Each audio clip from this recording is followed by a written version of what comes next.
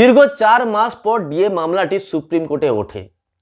পশ্চিমবঙ্গের রাজ্য সরকারি কর্মচারীরা ভেবেছিলেন আজ 15 জুলাই সোমবার হয়তো একটা ভালো খবর পাবো সুপ্রিম কোর্ট থেকে, হয়তো আমরা আমাদের যে প্রাপ্য ডিএটা পেয়ে যাব।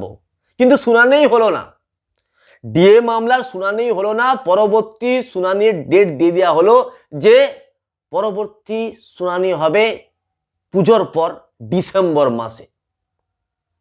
4 মাস অপেক্ষা করতে হলো, আরও 4 মাস অপেক্ষা করুন।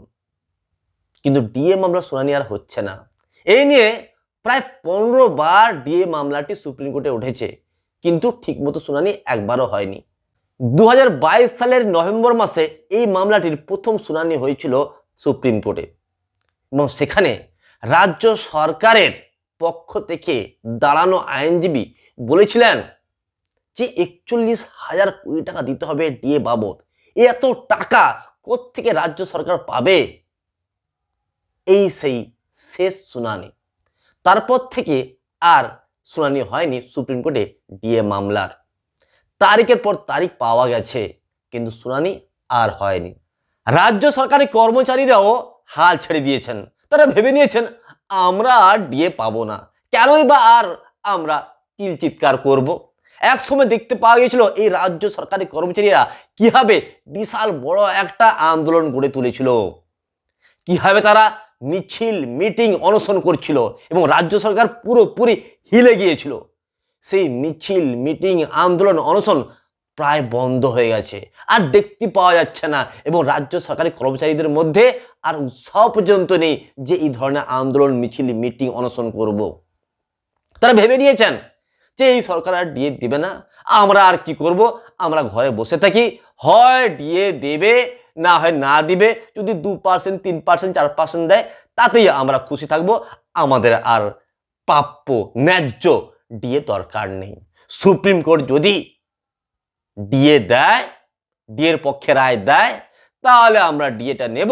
আর যদি সুপ্রিম কোর্ট ডিএর পক্ষে রায় না দেয়, তাহলে না দেখ, আমাদেরও ডিএ দরকার নাই।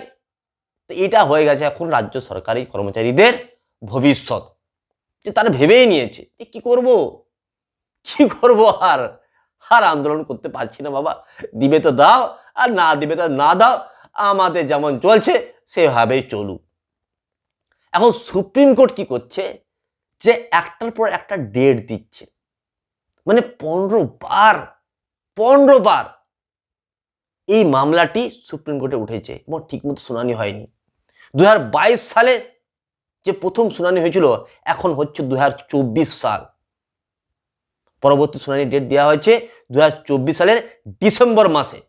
তাহলে 24 সালটাও শেষ হতে চলেছে, 22, 23, 24 শেষ হতে চলেছে, কিন্তু ডিএ মামলার পর্যাপ্ত শুনানি এখনো পর্যন্ত হলো না।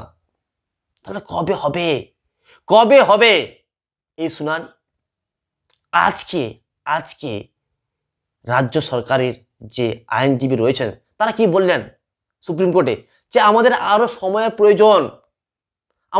সময়ের প্রয়োজন এবং বিস্তারিত আলোচনার প্রয়োজন এই মামলা নিয়ে, বিস্তারিত শুনানির প্রয়োজন এই মামলা নিয়ে। আর সুপ্রিম কোর্টে বলল ঠিক আছে, তোমাদেরকে নেক্সট ডেট দিয়ে দেওয়া হচ্ছে, ডিসেম্বর মাসে পরবর্তী শুনানি হবে। তো এই শুনানির কবে হবে আর কত ডেট পাওয়া যাবে, যেটা দেখে বোঝা যাচ্ছে যে এই শুনানি অনন্তকাল ধরে চলবে। মানে একজন রাজ্য সরকারি কর্মচারী রিটায়ার্ড হয়ে যাবেন, তারপর পেনশন পাবেন, তারপর মারা যাবেন, কিন্তু ডিএ মামলা শুনানি আর হবে না। মানে আমার সেই একটা কথা মনে পড়ছে যে তারিখ পে তারিখ, মানে তারিখের পর তারিখ পাওয়া যাবে, কিন্তু ডিএ মামলা শুনানি আর হবে না। তো এইটাই হচ্ছে বর্তমান কাহিনী। তো বন্ধুরা, আপনাদের কি মনে হয় শুধুমাত্র সুপ্রিম কোর্টের উপর ভরসা রেখে এই রাজ্য সরকারি কর্মচারীরা কি প্রাপ্য ডিএ পাবেন, নাকি যেভাবে আন্দোলন গড়ে তুলেছেন তারা সেভাবে পুনরায় আবার একটা ভয়ঙ্কর আন্দোলন গড়ে তুলতে হবে রাজ্য সরকারি কর্মচারীদের এই প্রাপ্য ডিএ ছিনিয়ে আনার জন্য? তো বন্ধুরা, আপনাদের কি মনে হয় অবশ্যই আপনারা কমেন্ট বক্সে লিখে জানাবেন।